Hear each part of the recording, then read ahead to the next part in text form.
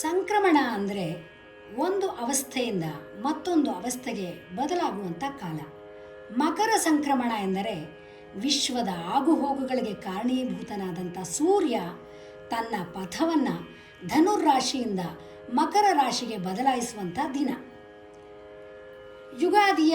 ಯುಗಾದಿಯಿಂದ ಆರಂಭಗೊಂಡು ದೀಪಾವಳಿವರೆಗೆ ಎಲ್ಲ ಹಬ್ಬಗಳು ಚಂದ್ರನ ಚಲನೆಯನ್ನು ಆಧರಿಸಿದರೆ ಮಕರ ಸಂಕ್ರಾಂತಿ ಮಾತ್ರ ಸೂರ್ಯನ ಚಲನೆಯನ್ನು ಆಧರಿಸಿದೆ. ಹಾಗಾಗಿ ಇಲ್ಲಿ ಸೂರ್ಯನೇ ಕೇಂದ್ರ ಬಂದು ಸೂರ್ಯ ದಕ್ಷಿಣದಿಂದ ಉತ್ತರ ದಿಕ್ಕಿಗೆ ತನ್ನ ದಿಕ್ಕನ್ನು ಬದಲಾಯಿಸ್ತಾನೆ. ಇದನ್ನು ಉತ್ತರಾಯಣ ಅಂತ ಕೂಡ ಕರೀತಾರೆ. ಈಗ ನಮ್ಮ ಮಕ್ಕಳು ಮೈಸೂರಿನ ಸಚ್ಚಿದಾನಂದ ಸ್ವಾಮಿಗಳ ಸೂರ್ಯನನ್ನು ಕುರಿತಾದ ಒಂದು ಪ್ರಾರ್ಥನೆಯನ್ನು ಇದೀಗ ಹಾಡಲಿದ್ದಾರೆ.